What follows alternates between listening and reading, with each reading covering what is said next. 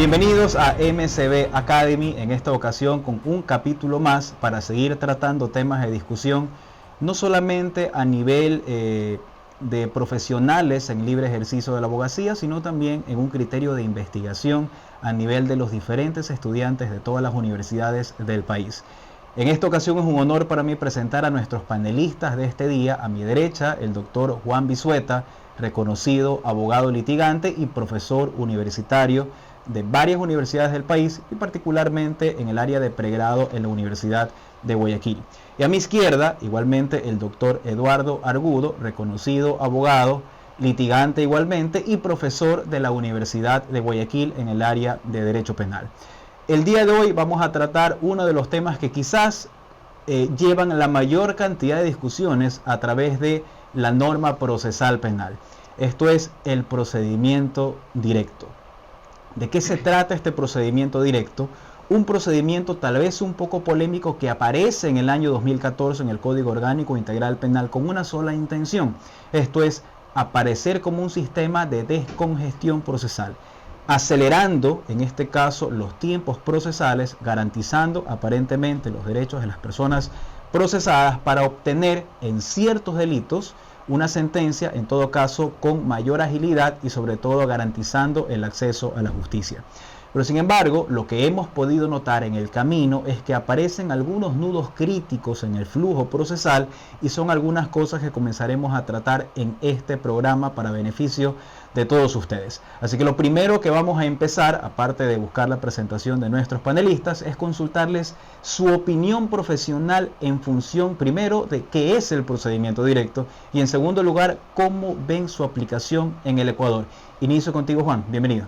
Muchas gracias, Miguel. Bueno, la primera impresión es que me he considerado siempre que me alineo dentro del paradigma garantista. Y dentro de ese paradigma garantista no dejo de olvidarme aquella presentación que hizo el profesor Eugenio Raúl Zaffaroni allá por el año 2008, cuando vino a hacer la presentación del famoso Código Orgánico de Garantías Penales. En ese Código Orgánico de Garantías Penales, la primera impresión que dio el profesor Zaffaroni es respecto de que estábamos copiando modelos extranjerizados que no eran compatibles con nuestra realidad. Y de ahí me recuerdo que criticaba justamente estos procesos sumarísimos que se estaban generando en algunas legislaciones ya extranjeras. Y en ese sentido felicitaba a los ecuatorianos por el hecho de no haber copiado ese tipo de modelos, toda vez que este código que se pensaba generar en el Ecuador era un modelo garantista. Lamentablemente, como ya las notas pasaron algunos años, ese código quedó en el tacho de la basura y finalmente luego de ello encontramos ahí la posibilidad de que se genera no solamente este tema de incorporar estos procesos flash, estos procesos sumarísimos, que desde mi punto de vista son contrarios a lo que señala la Constitución de la República, porque no hay que olvidar que una de las garantías del debido proceso es precisamente el hecho de que el ciudadano debe de contar con el tiempo y con las condiciones necesarias para preparar su defensa. Esto compatible con lo que dice la Convención Americana de Derechos Humanos en el artículo 8, en el numeral 2, literal C, donde se señala algo similar. De tal manera que, siendo sensibles con la realidad ecuatoriana, lo primero que se me ocurre es el hecho de establecer que la realidad de Ecuador no es distinta a los demás países de Latinoamérica. 70% de incluidos, 30% de excluidos. Y en ese sentido vemos que esa situación que se presenta lleva al hecho de que la mayor cantidad de ecuatorianos se ve abocada a tener que recurrir a una defensa pública. Y el defensor público conocemos la realidad de que no es una persona que realiza una audiencia o dos audiencias en el día, sino que a lo mejor está congestionado. Y súmale a ello pues el tema de que de una u otra manera no hacen un acompañamiento a lo largo de todo el proceso, lo cual de una u otra manera pues no garantiza el que exista una verdadera defensa. Todos esos aspectos son los que me llevan a pensar que de una u otra manera pues no sería este procedimiento abreviado un proceso realmente constitucional. Bien, correcto. Entonces, bueno, para las personas que se están conectando con nosotros, recordamos igualmente que el procedimiento directo, como lo decía acá el doctor Vizueta también, viene a ser un procedimiento especialísimo, un procedimiento especial, que en todo caso tiene ciertos presupuestos y requisitos. Entre estos, primero, la existencia de un delito flagrante. En segundo lugar, que la pena privativa de ese delito no exceda los 5 años de prisión. Y en tercer lugar, que en todo caso no esté dentro de los casos de delitos que vienen a ser más graves, que podrían tener una pena inferior a los 5 años porque estén excluidos de este procedimiento. Pero lo que nos señalas en todo caso, Juan, es correcto. Esto es una figura aplicada en este caso en el Ecuador, que no solamente la tenemos nosotros, sino que viene a ser trasplantada, por así decirlo, de otros sistemas procesales prácticamente latinoamericanos. Pero aquí la duda es, ¿realmente nos ha servido o no? El procedimiento directo, que en teoría parte del hecho de la existencia de una flagrancia, luego de eso calificada, nos vamos a 20 días adicionales para una audiencia de juicio, y a la larga deberíamos tener una sentencia. Eso es lo que se indica la norma, pero en la práctica, realmente, ¿qué es lo que ocurre en la actualidad? Eduardo, ¿crees que esto realmente ha cumplido su finalidad o realmente no tenemos una sentencia en un procedimiento directo en un mes ni 2 meses, sino que realmente la tenemos en 2 años o más tiempo? Muy bien, pero en primer lugar quiero presentar mis saludos a toda la audiencia de este programa. Es necesario, y se ha visto precisamente la necesidad por parte de nuestro legislador, de que exista un procedimiento especial a efectos de poder juzgar aquellos delitos que se consideren menos graves. Lamentablemente en nuestro país todavía mantenemos un criterio, una clasificación bipartita de infracción penal, solamente dejándolas en delitos y contravenciones, de manera tal que nosotros no podemos decir cuáles son delitos más graves y cuáles menos graves, y por esa razón el legislador simplemente lo dejó en el criterio de delitos con pena privativa de libertad menores a 5 años, y luego el criterio posterior de decir, bueno, excepto estos delitos, excluyendo de la clasificación algunas infracciones penales. El procedimiento directo inclusive ha sido objeto de reforma, en el sentido de que el legislador inicialmente en el Código Orgánico Integral Penal original en el año 2014 distinguió que el procedimiento directo tenga una fase desde el momento de la audiencia de formulación de cargos, calificación de flagrancia y formulación de cargos, hasta la audiencia de juzgamiento de 10 días. Se observó de que ese tiempo era insuficiente y el legislador consideró luego de que había que aumentar ese tiempo a 20 días. El problema no radica precisamente en la cantidad de días que se establezcan, sino en la forma como se puede ejercer la defensa precisamente en ese tiempo. Porque nosotros podríamos decirle al legislador, ¿sabe qué? No, creo que 60 días. Pero si no tenemos los instrumentos y las herramientas adecuadas para poder acceder al derecho a la defensa, ni se va a poder tener un procedimiento directo que sea adecuado al texto de la norma constitucional, ni tampoco, por otro lado, la Fiscalía tendrá los instrumentos adecuados y suficientes para poder llevar adelante la acusación. Entonces, estas aristas que nosotros hemos encontrado en el procedimiento directo del ejercicio profesional no solamente están relacionados desde el nacimiento del procedimiento directo. Igual insisto, quiero alejar un poco de mi profesor, el doctor Bisueta, en el sentido de que yo sí considero necesario de que exista un procedimiento especial para infracciones penales menos graves. No, pero no en el sentido de que esta sea un procedimiento sumarísimo, sino en el sentido de que su juzgamiento sea menos complejo que el juzgamiento de infracciones penales que son más graves y que requieren una investigación o una etapas de instrucción y etapas procesales de un criterio más técnico que las otras. Pero por otro lado, la Corte Nacional de Justicia sí ha reconocido que el procedimiento directo es un procedimiento más sencillo, más sumario, pero que inclusive en alguna resolución de la consulta ha dicho puede llegar a violentar derechos. Entonces estoy seguro de que en este debate podríamos ir planteando algunos temas relacionados precisamente de cómo se podrían producir esa violación de derechos en el procedimiento directo. Bien, yo creo que a nivel histórico, en el tema del procedimiento directo, quizás creo que vamos a coincidir, uno de los principales problemas que existió fueron con relación a los delitos contra la propiedad. No sé si recuerdan que existía este problema y esta duda, porque la norma establece que serán susceptibles de procedimiento directo los delitos flagrantes, en este caso los delitos que tengan una pena inferior a los 5 años de prisión, y dice, y los delitos contra la propiedad cuya cuanto el monto de lo sustraído no exceda las 30 remuneraciones básicas unificadas. Entonces había una tendencia en la mitad del país que decía, momento, en delitos contra la propiedad no va a ser solamente hasta los 5 años, sino que podía ser penas superiores, y la otra mitad del país decía que en todo caso no debería ser así, como realmente era, en ciencia cierta, donde tenía que sujetarse únicamente hasta los 5 años de prisión.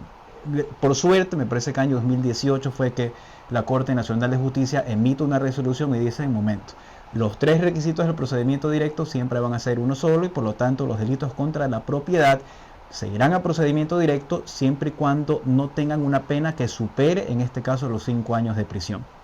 Y luego lo que tú citabas, Eduardo, en el tema del tiempo, primero fueron 10 días, luego fueron 20 días adicionales. Pero hay muchos nudos críticos que aparecen en el procedimiento directo, y otra cosa que se discute en la actualidad y que ha sido materia de una discusión académica amplia es el artículo 640 del Código Orgánico Integral Penal. Define el procedimiento directo como un procedimiento especial que aglutina todas las etapas en una sola audiencia. Entonces aquí nos tendríamos que preguntar, ¿existe o no existe formalmente una instrucción en el procedimiento directo? ¿Qué opinas al respecto, Juan? Sí, yo creo que el vacío está ahí y cualquier interpretación que se lo haga debe de ser acorde a lo que señala el artículo 13 del Código Orgánico Integral Penal.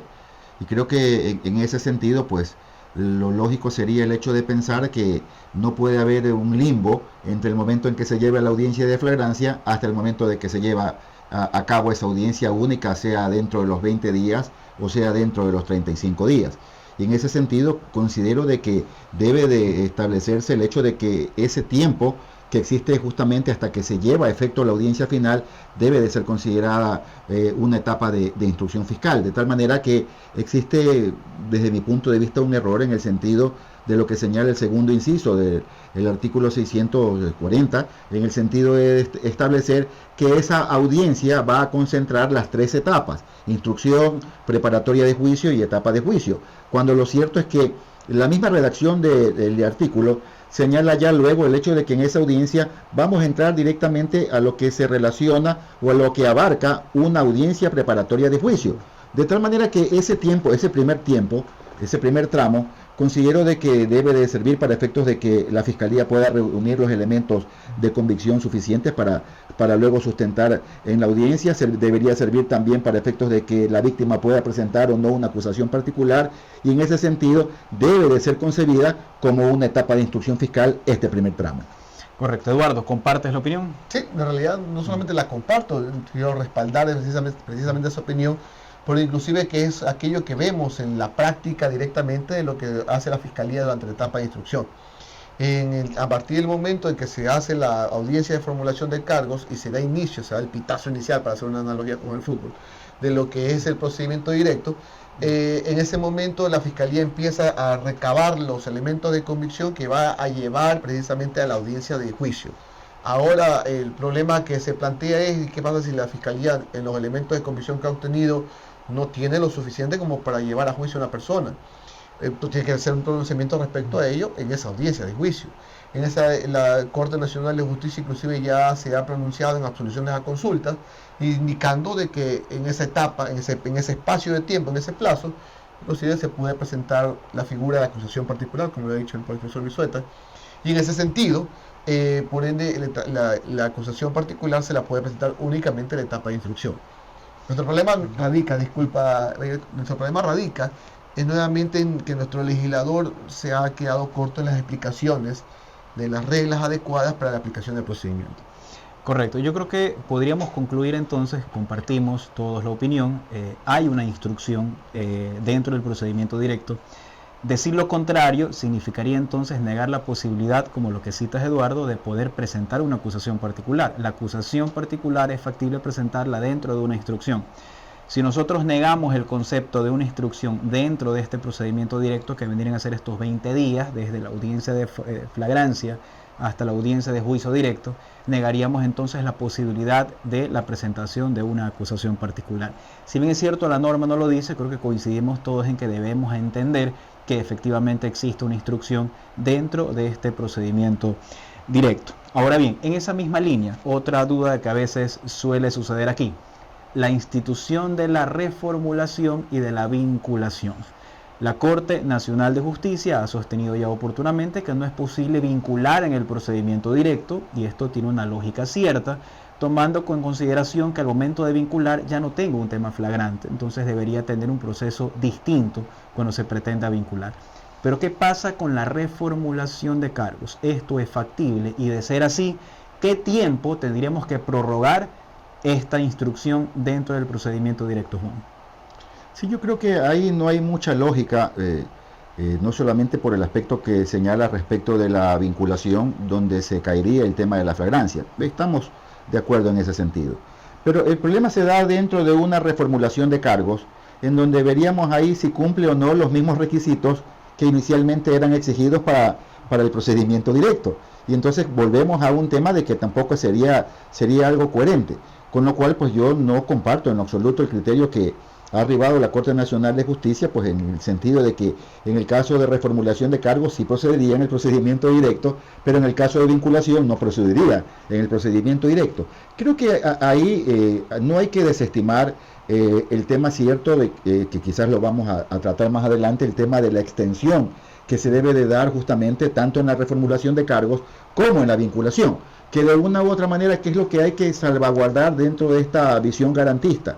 El hecho de que se puedan respetar las garantías de un debido proceso y sobre todo en el sentido de que se pueda garantizar el derecho de defensa, ya sea a través de una reformulación que tiene el mismo efecto que se va a presentar en una vinculación. En los dos casos, considero de que si la disposición no es lo suficientemente clara para poder establecer cuál es el tiempo que se debe de extender, considero de que no se puede dejar en libertad al juzgador para que sea él el que decida. En este caso le voy a dar 5 días o 10 días más y finalmente que quede al arbitrio de un juez. Creo que eso no puede suceder para efectos de garantizar un debido proceso. Entonces, ¿no compartes el tema de la reformulación? No comparto. Debería ser ni vinculación ni reformulación. Considero porque en ese caso se va a cambiar también el tema de que no va a ser compatible con los requisitos básicos del procedimiento directo. Creo que ni en el uno ni en el otro caso debería ya seguirse en consecuencia por el procedimiento ordinario. Eduardo, ¿compartes o discrepas? En primer lugar, la Corte Nacional de Justicia también ha manifestado a través de la Presidencia de la Absolución de Consultas de que si llega a ocurrir una reformulación de cargos en la aplicación del procedimiento directo y el tipo penal al cual se reformula no cumple con los mismos requisitos de procedencia previstos para el tipo penal ordinario respecto al del procedimiento directo, se produce la conversión al procedimiento ordinario. También la Corte Nacional de Justicia ha dicho también a soluciones de consulta que no se puede hacer lo contrario.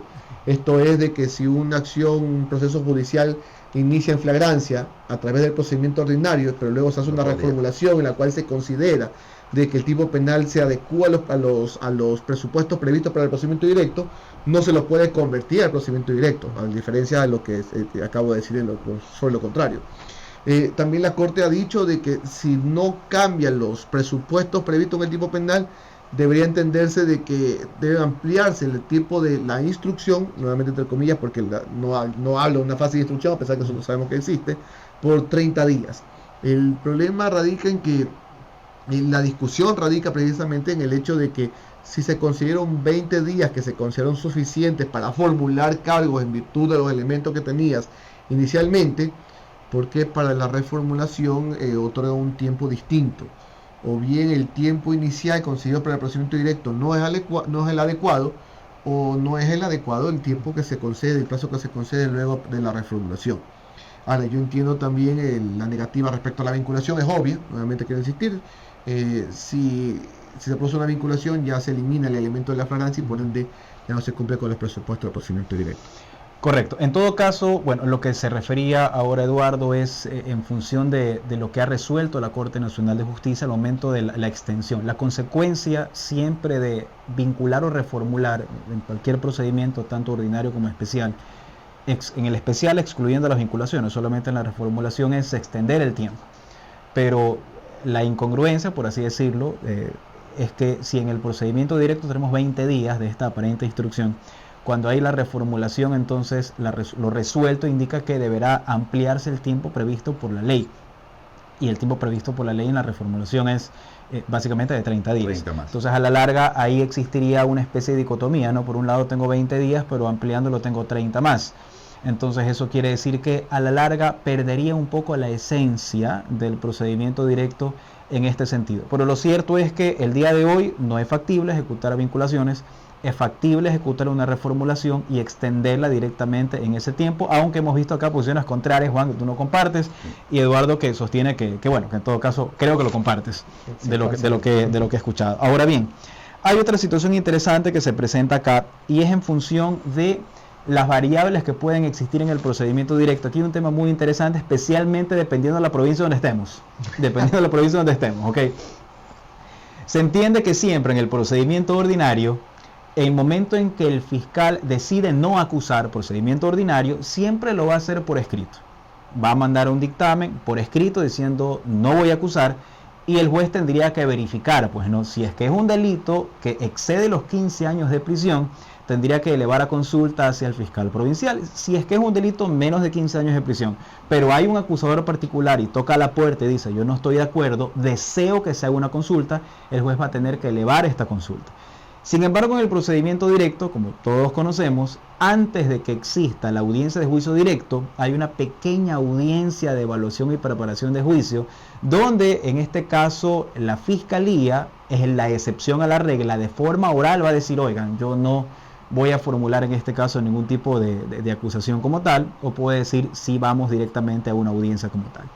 Entonces, la pregunta aquí es la siguiente. ¿Qué pasa si en estos 20 días yo como víctima dejé de ser víctima y me convertí en un acusador particular y la fiscalía en ese momento va y dice yo no voy a presentar en este caso dictamen acusatorio, y yo como acusador particular digo, momento señor juez, yo no comparto, deseo que por favor eleve a consulta hacia el fiscal provincial? El artículo 640 no nos dice nada al respecto. Entonces aquí entramos a las interpretaciones. ¿Consideran ustedes, particularmente Juan en tu caso, qué debería de hacerse? ¿Debería aplicarse la literalidad de la norma que no habla de la consulta, o debería hacerse una interpretación más hacia la tutela judicial efectiva diciendo, ok, consultemos al fiscal provincial? Sí, yo me quedo con la última parte de lo que has mencionado, Miguel, respecto de la tutela judicial efectiva, ya que de ninguna manera se puede menoscabar justamente los derechos de la víctima. En ese sentido, creo que, en primer lugar, el hecho de que concurran, todo esto obedece a lo que se señala en el segundo numeral del artículo 640, que se trata de una audiencia única, donde se va a concentrar todas las etapas, y eso es lo que ha provocado el hecho de que el fiscal tenga que necesariamente ir a la audiencia para presentar de manera oral, algo que en el procedimiento ordinario, ya lo has mencionado, debería o bastaría simplemente con enviar por escrito el dictamen para que sea notificado. Esa peculiaridad es lo que hace que el fiscal se vea de manera inexorable a tener que acudir a la audiencia y tener en ese momento de manera oral que decir que no va a presentar acusación por efectos de la concentración. Pero eso no puede de ninguna manera soslayar los derechos de la víctima, que de una u otra manera pues deben de ser precautelados a lo largo del proceso. Ya se ha cambiado esta visión, la idea de que este modelo acusatorio de ninguna manera puede generar justamente el hecho de ignorar los derechos de la víctima, como se ha mantenido a lo largo de los anteriores sistemas, el sistema inquisitivo, el sistema mixto, que de una u otra manera pues permanecía pues ahí como un convidado de piedra a la víctima. Creo que en este nuevo modelo lo que se ha buscado también darle justamente un protagonismo, darle una posición relevante a la víctima, tanto así que no es necesario que ya el día de hoy se presente acusación particular para que sea considerado un sujeto procesal. Correcto. Y en ese sentido creo que eso debe de primar para efectos de que la víctima debe de hacer prevalecer los derechos, y el juzgador evidentemente debería suspender la audiencia en ese momento y debería remitir justamente ese dictamen, pedirle que la fiscalía ya lo pueda generar por escrito para que pueda ser consultado al superior, y en esa manera no se vea menoscabado los derechos de la víctima. Correcto. Eduardo, ¿qué opinas? ¿Principio dispositivo puro, legalidad como tal, o tutela judicial efectiva? A ver, pero el problema está que la legalidad también establece lo mismo. El principio de legalidad, si lo aplicamos puramente, dice, en el caso de que la fiscalía se haya emitido un dictamen abstentivo, 1, y 2, existe una acusación particular de por medio, y por ende la oposición de la víctima al dictamen abstentivo. Nuestro Código Orgánico Integral Penal no indica de que eso se debe aplicar a un procedimiento o a otro. Por ende, yo comparto con el doctor Vizueta en el sentido de que efectivamente sí es posible que se pueda producir una consulta. Ahora, el problema radica en la consulta sobre qué, porque no es lo mismo la explicación oral que hace el fiscal en la audiencia única, en el momento en el cual dice me abstengo de acusar, a aquella motivación que hace por escrito. Entonces, la ausencia de parámetros procedimentales para aplicarse en este caso debe ser resuelto también por la Corte Nacional de Justicia.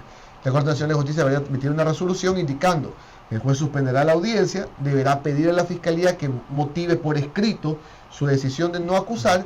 Para esa decisión de acusar motivada por escrito sea remitida en consulta a la Fiscalía Superior, porque de ahí no tendrías un elemento sobre el cual la Fiscalía Superior pueda analizar esa decisión fiscal. Correcto, entonces bueno, creo que aquí compartimos todos, ¿no? Yo me sumo a las tendencias de ustedes, si bien es cierto el artículo 640 no habla de la consulta, pero en todo caso sí hay que marcar un tema de la tutela judicial efectiva, y un punto importante que tú citas también, Eduardo, es el tema de que es cierto, igual el principio de legalidad está ahí.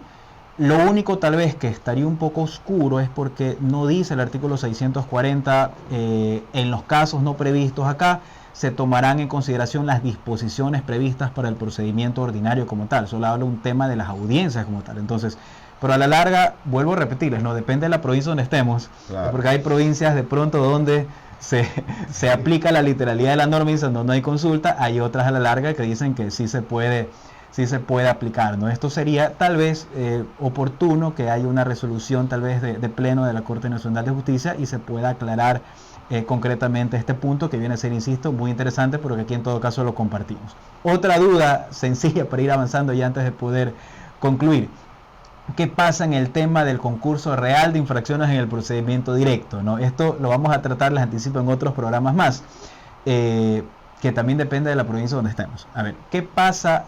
La conexidad en el caso ecuatoriano, se habla de cuando existen varias conductas cometidas por una misma persona en una misma línea de tiempo, vamos a tener un solo proceso por todos los delitos que se cometen. Aquí el problema viene a ser el siguiente: ¿qué pasa en cuanto al procedimiento directo?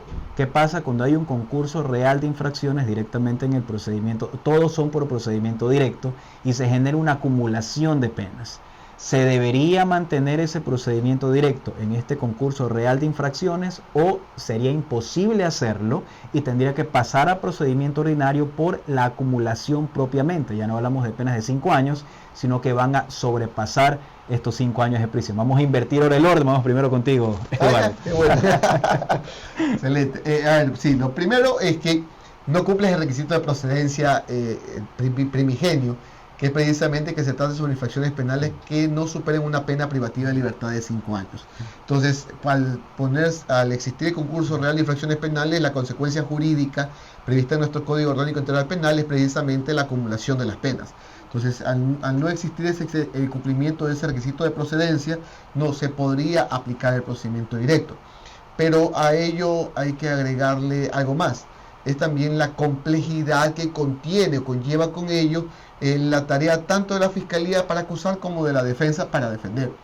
Uno de los temas de que se debe plantear también para el debate es que en la particularidad que vivimos en nuestro país, sobre todo en delitos de distinta naturaleza, inclusive delitos contra la propiedad particularmente, aplicar el procedimiento directo a todos los casos que cumplan con los requisitos de procedencia previstos en el Código Orgánico Integral Penal y no dejarle ninguna potestad ni al juzgador ni a la Fiscalía de solicitar o requerir un procedimiento más amplio, con tiempos más adecuados, tanto para llevar adelante la acusación como para la defensa, ejercer su derecho a la defensa, ejercer el derecho a la contradicción, es también una atadura innecesaria. Yo particularmente, sumado a ello, considero de que en el Ecuador debería existir una atribución potestativa de parte del juzgador, de calificar la complejidad de una infracción penal para evitar precisamente la aplicación obligatoria del procedimiento directo, en ese caso con una facultad potestativa del juzgador. Insisto nuevamente, tendría que arreglarse de forma adecuada. Además de ello, nuevamente insistir, no podría en un concurso real de infracciones penales aplicarse el procedimiento directo precisamente porque superarían los 5 años de prisión. 5 años de privación. Ajá. Juan, ¿compartes? Creo que este tema que dejaste para el último es un tema demasiado extenso, Miguel. Creo que era un par de temas más que era vamos un a ver, tema faltan dos inicial, más. dado que la naturaleza doctrinaria del concurso ideal y del concurso real son totalmente distintas, sumado a lo que has mencionado respecto de la conexión de infracciones. Cuando hablamos para la teleaudiencia, el hecho de un concurso real se trata de delitos autónomos e independientes, que son realizados en distintos momentos, a diferencia de la conexidad que, como su nombre mismo lo dice, existe una conexión respecto del tiempo y justamente los fines de un delito. De ahí que se me hace imposible poder tratar de pensar en esto que nos planteas respecto de un concurso real de infracciones que se trataría de delitos autónomos e independientes entre sí, realizados en momentos distintos. Ese solo hecho perdería la esencia de que puedan ser tratados en un procedimiento directo cuando estamos hablando de una flagrancia. No habría la posibilidad porque se trataría precisamente de ese hecho que originó la flagrancia y que de ninguna manera podría dar la posibilidad de incorporar otro delito que no ha sido realizado en esa misma flagrancia. Entonces, ese solo hecho no permitiría de ninguna manera que se pueda concebir la posibilidad de que sea tratado dentro de un mismo proceso.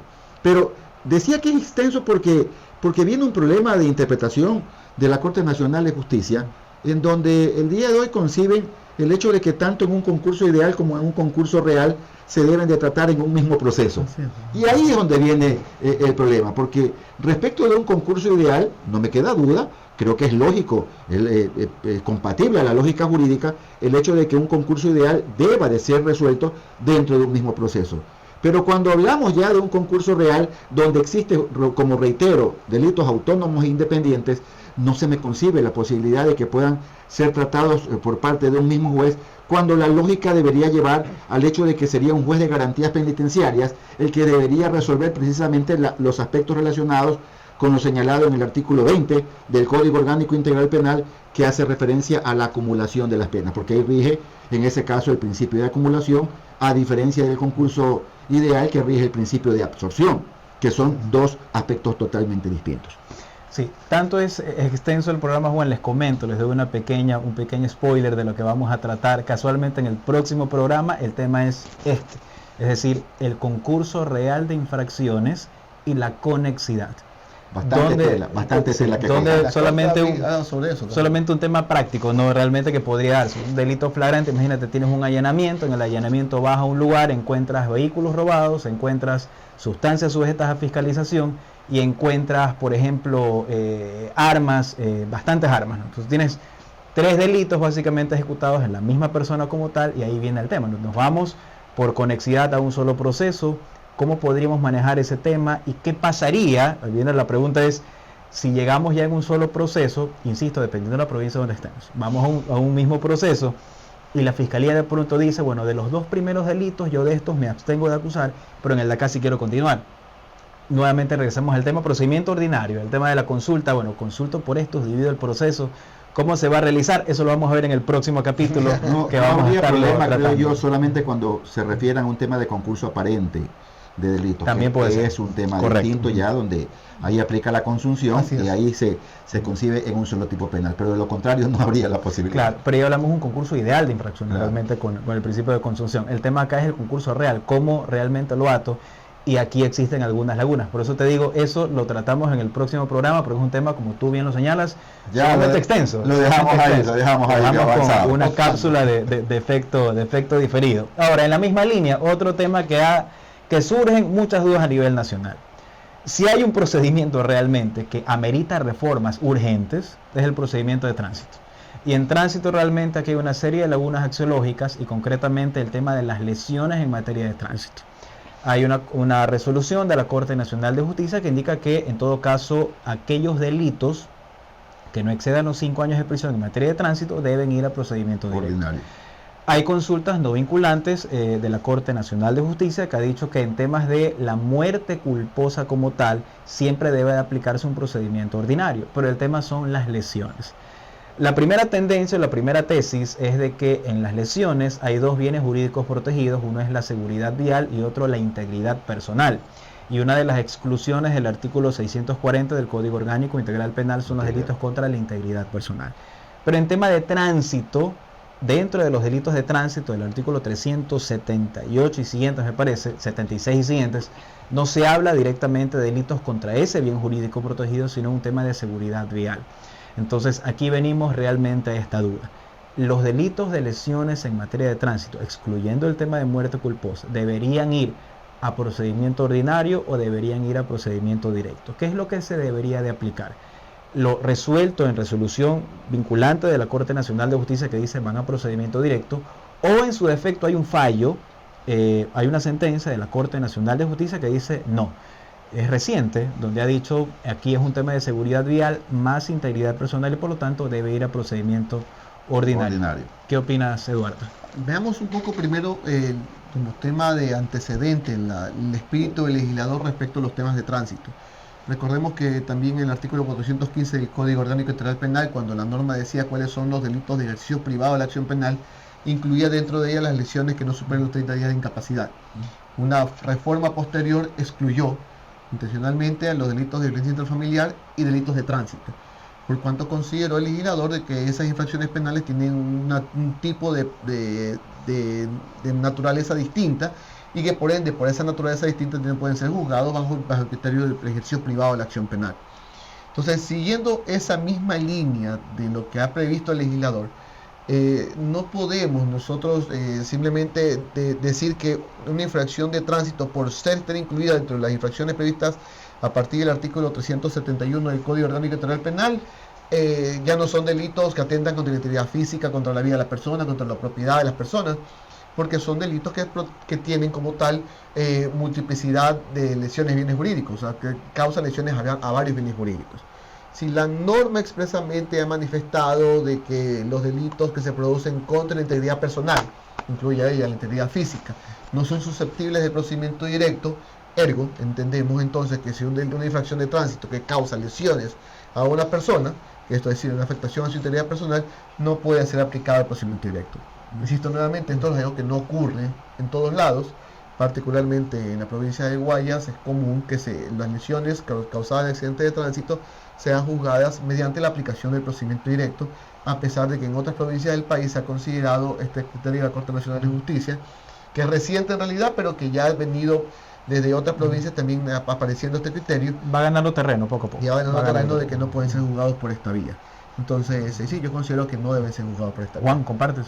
Sí, yo creo que lo que solamente agregar es que no podemos perder la esencia del derecho penal. Y en ese sentido, toda interpretación que pueda generarse de cualquier ámbito, como la que estamos realizando en este momento, no puede perder esa perspectiva. El hecho de que cualquier interpretación que se haga tiene que ser en beneficio de la persona procesada. Y en ese sentido, cabe únicamente hacernos una pregunta. Al procesado, ¿cuál de los procedimientos le conviene en la práctica? ¿El procedimiento ordinario o el procedimiento directo? Y considero que ahí creo que nos inclinamos por el procedimiento ordinario, que es el que va a permitirle una mayor posibilidad de que pueda ejercer su derecho de defensa. Y en ese sentido, ese debe de ser la naturaleza de la interpretación que debe de darse en todos los ámbitos. Correcto. Bueno, lo cierto es de que este es un tema, insisto, que se discute mucho, y sería conveniente igualmente que la Corte Nacional emita una resolución de pleno aclarando muchas dudas referentes a estos temas, insisto, porque hay varias provincias que lo manejan de una forma, otros que lo manejan de otra, y hay criterios muy particulares de interpretación en general sobre distintos puntos adicionales. Se nos quedan muchas cosas de conversar. Acá ya nos están diciendo que ya estamos por concluir el tiempo, pero yo creo que ha sido un diálogo bastante ameno con ustedes, Juan y Eduardo, y siempre hay algo que es muy bonito para quienes estamos en el mundo de la academia, que es sentarnos a hacer esto, conversar.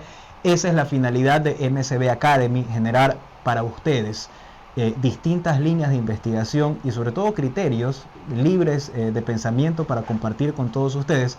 Así que lo que vamos a hacer es que, ¿qué les parece si hacemos, te comprometo Eduardo, te comprometo Juan, a hacer una fase 2 con ustedes? Y los volvemos a invitar, hacemos un capítulo aparte para poder continuar conversando con ustedes. En nuestra parte les agradecemos mucho, te agradezco Juan y Eduardo haber estado con nosotros, y sobre todo pues el beneficio de este tipo de videos que son para todos los abogados, igualmente para estudiantes de derecho de los diferentes ámbitos, de pregrado hasta posgrado, y sobre todo un insumo para ustedes, para las cátedras de ustedes en el ejercicio de las universidades, que esto les pueda servir.